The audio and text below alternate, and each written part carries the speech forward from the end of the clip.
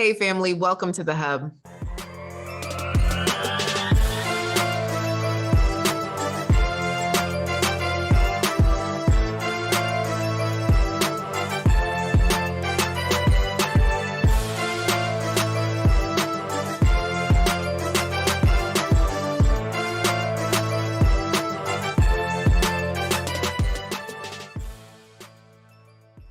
Oh my goodness, y'all, we made it to a new year. If you're listening to this, that means you made it into 2022. Oh, snap. Happy New Year, girlfriend. I am so happy that you made it into a brand new year. Last year, that was bananas. Now I am grateful to have made it into this new year. And I am grateful for my health and being able to breathe, for my finances, for my family, for my future, and for all of y'all, my fans, right? So I just want to say thank you. Thank you to Karen Hunter and Donica for pouring into me and helping to make this podcast happen week after week, month after month, year after year. We have not skipped a beat, okay? And I can't say it was all on me. I have a whole team that helps to make this happen. So I just want to say thank you. Christina, Donica, Karen, all of y'all, women unite. You know what I'm saying? We got a multicultural team, which is so exciting, right? For this first episode of the year, I want to recap last year. 10 best episodes, the episodes that you guys said that you loved, okay? And if I'm missing one, let me know. What's the episode that you absolutely loved? Which episode poured into your heart? Go ahead, take a listen, tune in, and don't forget to subscribe. No, we were having breakfast the other day, and I just wanted to bring out my camera and my recorder and to just record some of the insight that you were sharing at breakfast. And I thought it was important to bring you here to the show because there's so many professional women that are frustrated with dating and what dating looks like. And as a grown man as yourself, I just love to take it back, right? Before engaged and back to the dating scene, like when you were dating. What did that look like for you? Because especially dating apps, I know ladies are over it, right? Like they are done with the dating app. It's all these crazy people. So what was your mindset when getting on a dating app? Were you there long? Did you do a lot of swiping? Did you have a routine? All the things. Go ahead. For me, using a dating app was the most efficient. It's the opportunity where I can meet the most amount of women. I remember one time I had a sister ask me, why would you use a dating app? And the example I gave her was if I was in a nightclub and I'm walking around the room and I'm talking to like various women, at some point, these women are going to see me talking to other women and they're probably going to be like, no, I'm not going to talk to him because I see you moving around the room. Whereas when you're dealing with a dating app, you are able to reach out to numerous women. I think at the most I would probably do would be maybe 5 or 7. And you're just pretty much waiting to see whether or not somebody's going to respond. And if they do, I would just go ahead and, ask basic questions like, hey, how's you doing? How's your day? What do you do for a living? At times, it can be a little um, perplexing because you're dealing with multiple women and you're having multiple very conversations. Oh man, keeping track. Exactly. Sometimes you're texting women, sometimes you're actually doing FaceTime, sometimes you're on the phone with women. And the difficulty for me was trying to remember the conversation. Certain things that I've told one particular sister about my life is like, wait a minute, did I tell this sister over here? And sometimes every now and again, a sister would reference something and I'd be like, yeah, you told me that. And she'd be like, no, I didn't. And then I'd be like, oh yeah, that's right. That was someone else. That was someone else. So that happens. And overall, it was okay. I initially thought starting the process, if I met 10 women, I figured minimum there were 3 that I could work with. And when I say work with, meaning I could acquiesce with, I could augment, didn't need them to be perfect, but clearly there was enough foundation there, morals, values, things of that nature, interest, where we could connect. There was enough emotional maturity that I could see within them that was like, okay, they are open to being in a relationship that leads to marriage, and they're not afraid. They know who they are. So yeah, that was pretty much my experience. So tell us a little bit about your love journey. Okay, so my love journey is I met my first husband. I say first, right? Like I've only been married once. When I was junior college, 18, 17, 18. We were friends first. We were really good friends. And he kept, I was 18, couldn't date. So all of a sudden I'm like, oh, I'm out here. And then I got tied down at 18. So I never really dated. Never really dated. And so we had our first daughter when I was 22, about to be 23. We got married, and I was married for years. We had 4 beautiful daughters, 3, and then I started to file for divorce.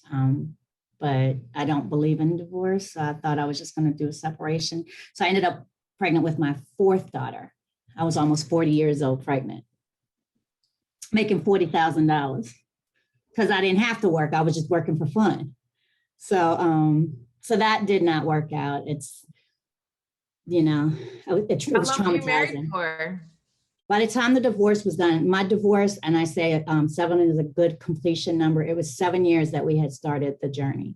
Our divorce was finalized 2016. I had started in 2009, the year I got pregnant with my daughter. Wow. So have you been dating since then? What you been doing? So then my daughters told me I was too involved in their lives. So they put me on a dating app. And that was funny because I had the side view picture. I was like, I'm not taking my picture. And they took a side view picture, put me on. And it was fun. I like to meet people. I like to talk to people. So I went out on a few dates. But what I found, Coach Cass, is that if a man takes you out to dinner these days, they think something else is going to go on. Oh, snap. Like your stuff is for rent. Just on a steak dinner. Exactly. What made this different to say, I am going to post her on my social media? Woo. Well, you're right. I am a very private guy. I am not the kind of guy that's posting, here's me and my boo, and we are here, and we're going here, and we're doing this. I'm at this restaurant. I just checked in. That ain't me. I really, and matter of fact, and for my business, I need to be doing more of that, but I don't do that. And I don't know why, it's just not me. But, so, I'll just say. Mm-hmm. At the time of us recording this, in a few weeks, I'm gonna be 59 years old. Yes, young. I got some miles on me. Brother got some miles. And so, the older we get, the more discerning we get on who we want to spend our time with. Mm-hmm. When you're younger, you'll put up with some stuff, but the older we get, the more it's like, you know what? I ain't got time for no foolishness. No time. And so when you find someone that just hits on this level, and you love each other, and then you love being together, and then you got these intellectual conversations, and you just have fun, and it's different. And so, I just figured I'm not the kind of guy that's going to put it out there, but I'm going to put this out there. And, I was happy and proud and said, listen, I want the world to know, look, I'm off the market. I don't care who, I'm off the market. Wow. I belong to one woman, and it's a wonderful thing. So tell us a little bit of what love has done to you in your past. What has that journey been like? Listen, I'm really, really grown, number one. So you sure you want to jump into this? Like where I've been, what I've done. I got like girl, come on. 60 years up under my belt to tell you some fruit things. So I done been around a few blocks. Oh, I I've been around a few blocks, but all in all, when you look at it, let me go way back because again, just coming from my childhood and being from a place where you were never loved, because again, my story goes from horrific to terrific. So we were abused kids. So there was no love in the house at all. There was nothing. It was nothing that we went through where it says love. It was like survival, right? So, my father's way of showing love was to hit my mother. So we went through domestic violence situations, generational. So what, I thought was love was the fact that, because this is something that my mom told me, that if a man hits you, that's his way of showing that he loves you and all of that stuff. So you walk into your journey, going through life with some of those things, and some of those things that happened to me. So when it happened to me, I didn't think anything of it, because again, this is something my mother told me, that this was love. That was what love was all about. Till I learned later on, no, this is not what it's all about. No one, how the hell are you going to be showing me you love me and you beating the hell out of me? So I learned quick and in a hurry and how to get out of those relationships, as I got into each and every one of them. How did you learn to get out of those relationships? Because there's some people that are stuck in that place, right? And they feel like every person will abuse them. And they feel like that's the only thing that relationships look like. So what did that epiphany even look like, Candace? How did you get there? Well, it wasn't just an epiphany. I realized that I deserved more. I sat there and said, you know what? I was a smart kid. I wasn't a bad kid. I deserve better than this. I don't know how my mom went through this, but in the moment, you're scared. You don't have anything. You're stuck, and never mind stuck, you paralyzed. But once you really, really make a decision and you say, I deserve better than this, now it's time to create a plan. See, because a lot of times people will say, why didn't you just go? Go where? You're stuck there. You're paralyzed. So you have to figure out how you're going to get out. I had a daughter at the time. So it's like, how do I get out of this? So I had to pretty much become him. So he can trust me, so I can get a hold of some money. So I stole some money. I did some stuff, putting some money aside. I just didn't grab no shopping bag and say I was going. I know if I was going to be okay and my daughter was going to be okay, because I had already tried some of the women's shelters, the battering shelters. They treat you just as bad as he was. So you're being battered all the way around. So you figure, you got to have some money. I knew up front that I needed a plan. So I cultivated a plan. So I started being that good girl, like doing everything he said, but in my mind, I was scheming and plotting that I was getting out of there. And, but to believe it or not, Cass, it took me a year. It took me a year to say, you know what, I'm getting out. But when I got out, I had snuck and went to school. I had got a certificate in respiratory therapy. I had a job lined up for me, and I was stealing his money all a while so I can get out. So that's exactly how I got out of there, because I deserve more. Now, he found out he didn't want me out. He didn't want me to leave. So one last time, he beat the hell out of me to get up out of there. But see, again, I was already in that mindset. I deserve better, so I'm gonna kill your ass. And that's exactly what I tried to do. So I literally ran him over to get out of there. So I really became him. So again, it's something, when you think about it, it's like, now as you got to fight for your life, because he really was trying to kill me. So I got out of the house, got in the car, and he ran down and he threw a brick at the car. And I figured, ain't no love lost here. Your kid is in this car. So I'm just going to run your ass over. And that's exactly what I did. So I tried to kill him. And then I ran home to my mother, because now they're, like, what the hell did I just do? I'm going to jail. And that's exactly. Dominique, go ahead, share with us, because we're nosy, a little bit about your love journey. Yes. I feel like I've been very lucky.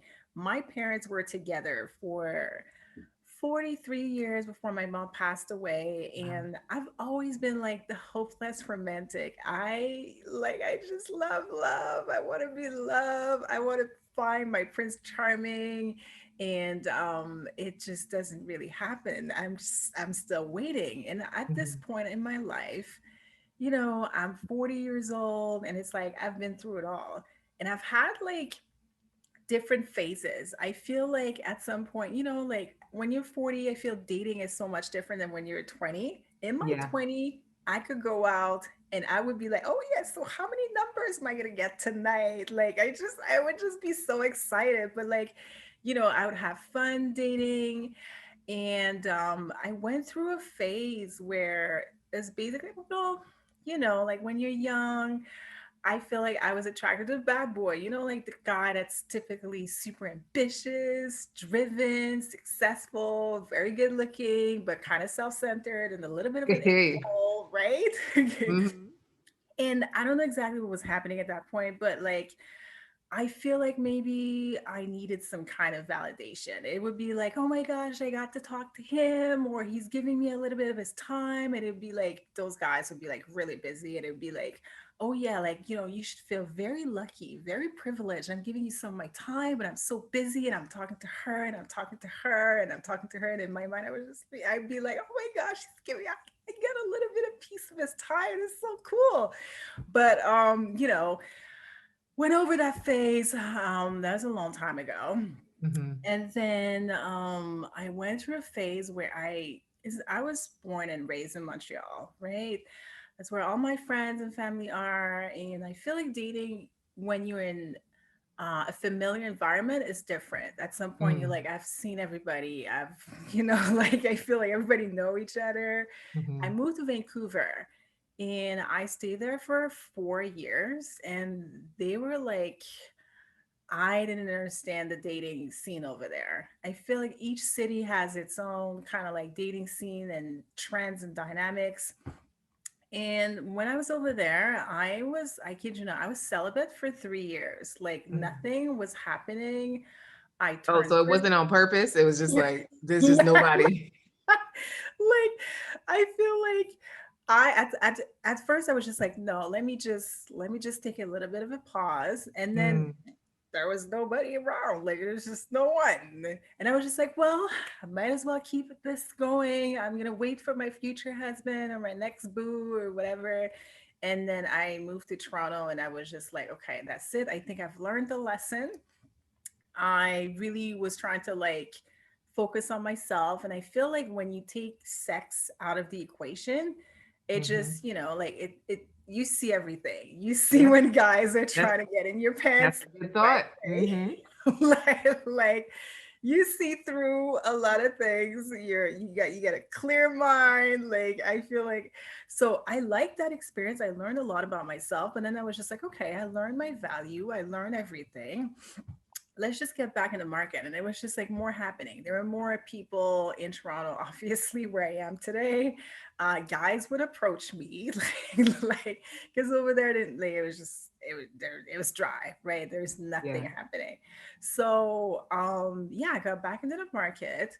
And then the latest trend was like, my other pattern was like in that later stage in my life was where I kind of attracted men that were dealing with some mental health issues. Like I had one that had depression and another one that had also depression and was dealing with, suicidal thoughts.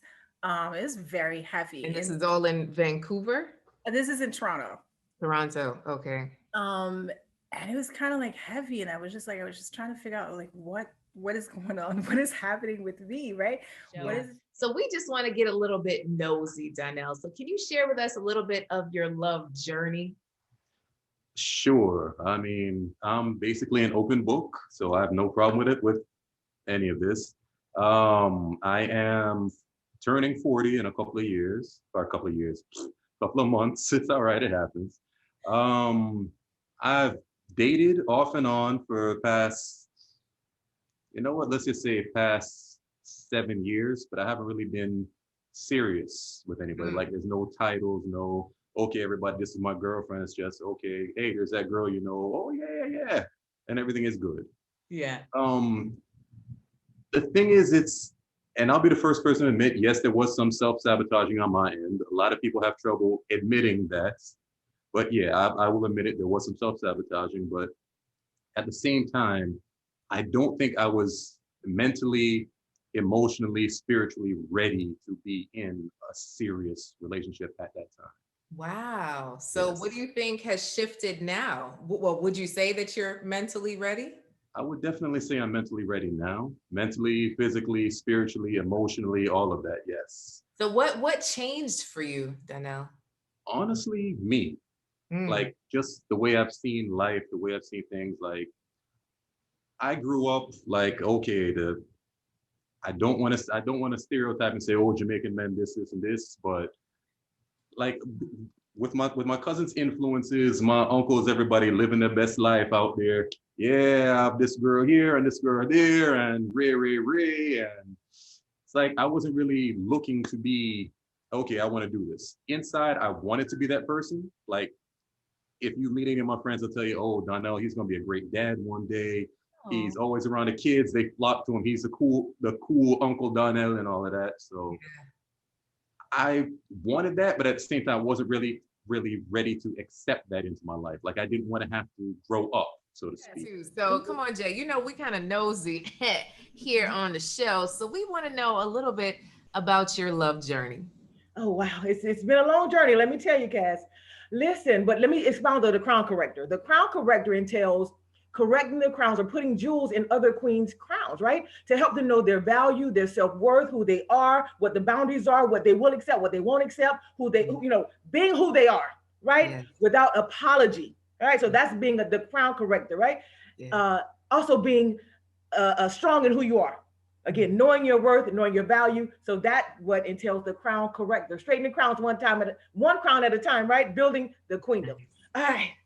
So my love journey, I have been unlucky in love, Coach. I think I need help. Yeah, you're sad. What happened? What had happened? Tell me, girl. Okay. All right. So I was in a committed relationship, right? Just to find out that I was the only one committed. Oh. Right. So I was cheated on. I mean, the gentleman even had children, and I still was there. Yeah. Listen. You stuck through all of it. All of that. I still was there. The young lady contacted me. She was the mistress. She knew about me. We were living together. And she called me on the phone and I was like, who are you? She was like, well, I have kids from him. Not one child, but 2 children. No. Listen, the room went black. I don't know. I mean, I think I passed out temporarily, lost consciousness. So I woke him up because we were asleep. This is like 12 o'clock at night. So I was like, are you kidding me? She was like, no. And I said, how old are they? She said 1 and 3, right? And I was like, are you kidding? Now we had a 2-year-old. So he had a 1-year-old from her, a 2-year-old from me, and a 3-year-old from her. Meaning, as the world turns. Meaning he had a child with her before he had a child with me. Oh, so we're nosy girls. So tell us a little bit about your love journey.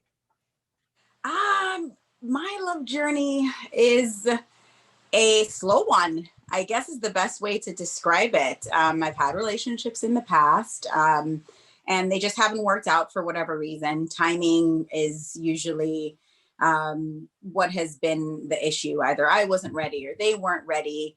And, during the pandemic, the journey has been on pause. Let's put it that way. So my journey is slow, but I'm very hopeful for what's to come. Yay, hopeful. So what's your question for me, Carrie Ann? What you got brewing?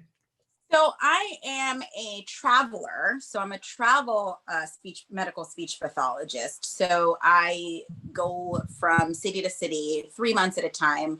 If there is an opportunity for me to extend, I'll stay there a little bit longer. So for example, I've been here for about 6 months in California, and I'll be extending for another 3.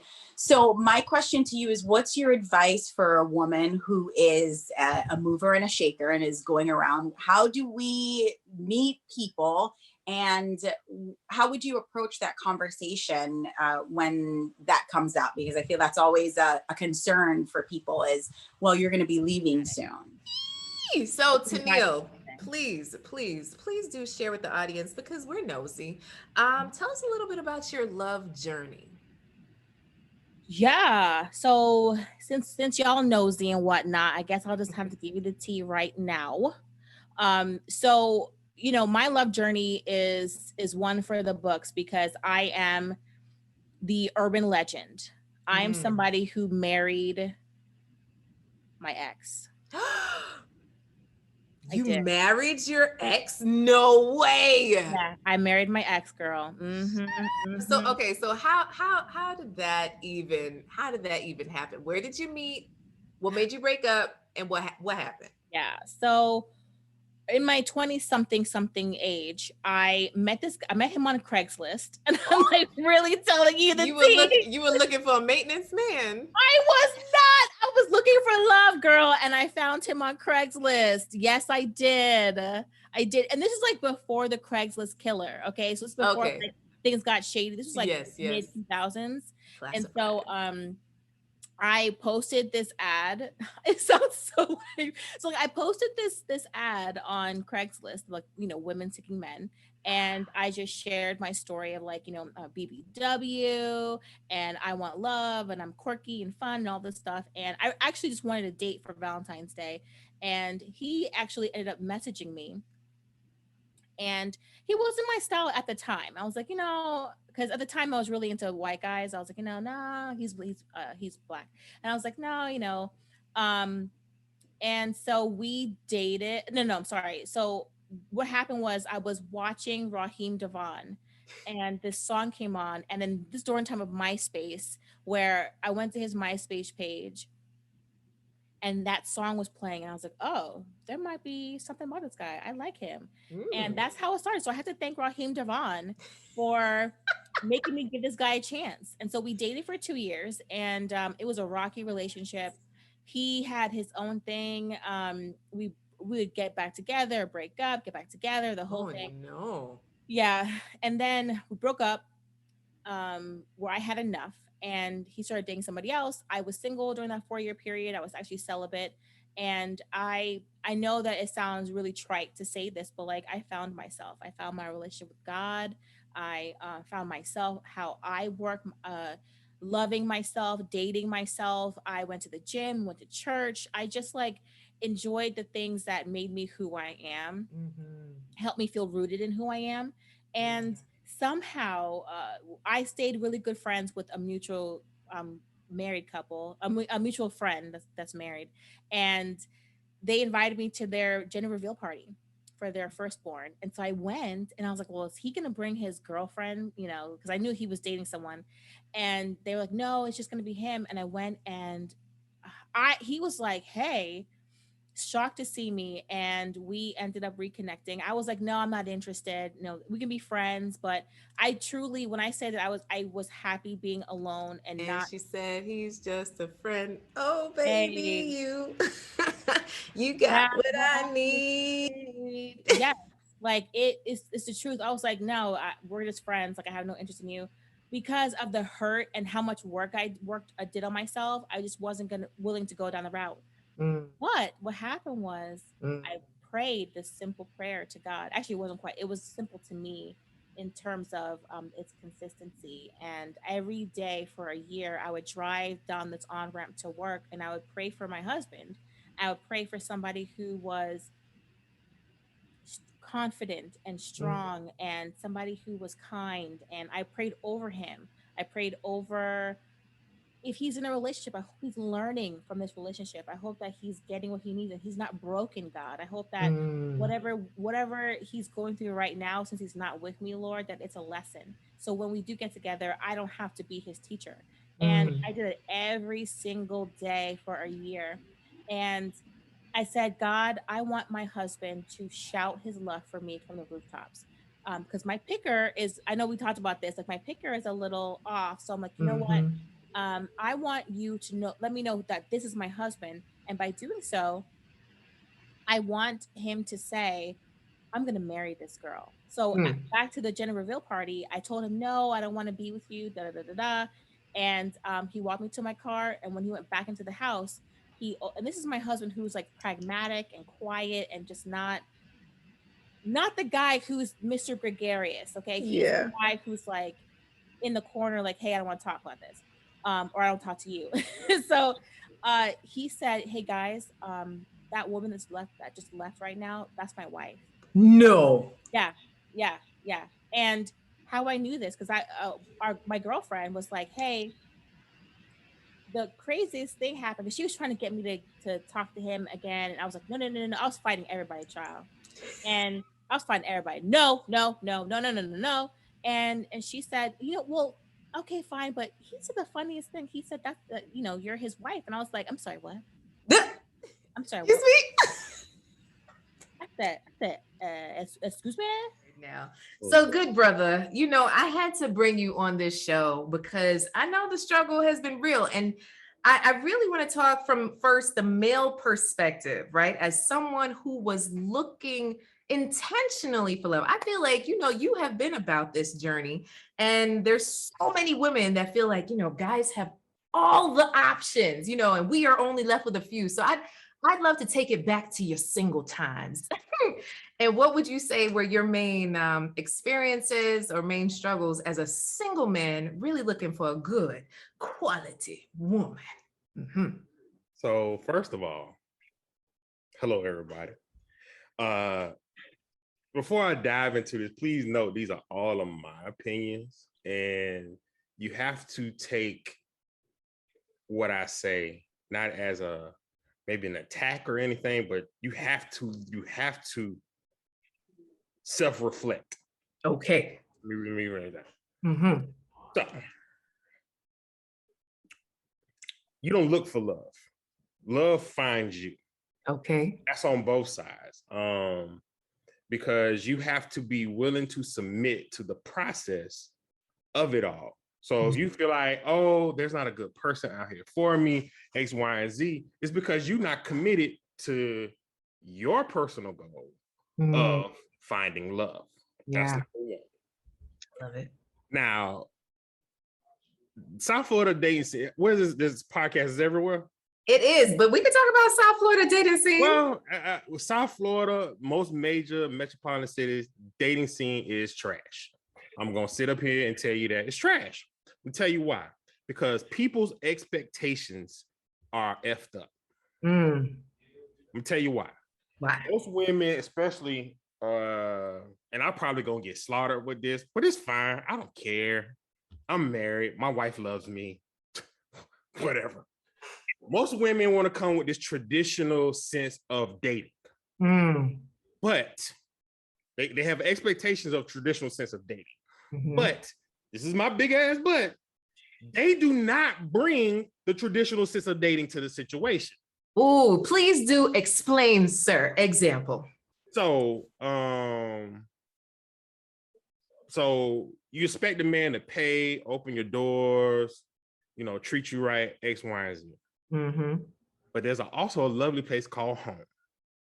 A lot of women don't cook. A lot of women don't clean.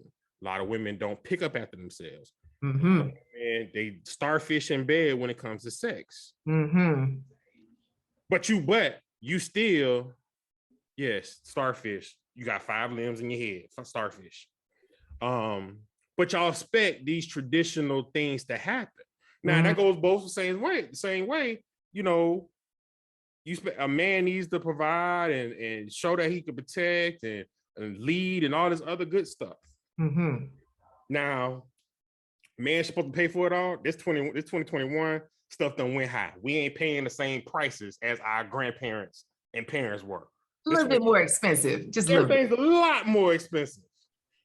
You can't get a 1,500 square foot house for less than almost 400 grand. So get it out your mind. So that has convoluted and diluted the waters of what your comes to be. So when I was dating, everybody knows I'm a cook. I'm a chef. Hallelujah. You come into my house, you get a 5-star meal. Lovely. Better than what we go to Morton's or Cooper Hawk or whatever for. You come in here, you come in for a food experience. Yes. Your ass can wash the dishes. Oh. You just got fed. Yeah. Hey, ask me for a pair of gloves and come help me in the kitchen. See, a lot of people don't know how to be a partner. And that's where the problem lies. Oh my goodness. So you listen to all 10. Oh my goodness, all 10 clips. Now go back and listen to the whole episode, girlfriend. Don't miss out on the gems. And remember to subscribe and leave 5 stars. We need some more reviews on our podcast. So leave a podcast review on Apple Podcasts for me. Going into this new year, we want to make sure that our podcast is reaching the masses, which we've reached to South Africa, Belgium, Germany, Kenya, the UK, all over our country. So I am so excited that you are listening in and watching us here on YouTube as well. So in the meantime, in between time, have a great time and welcome into this wonderful new year. God bless y'all. Bye, guys.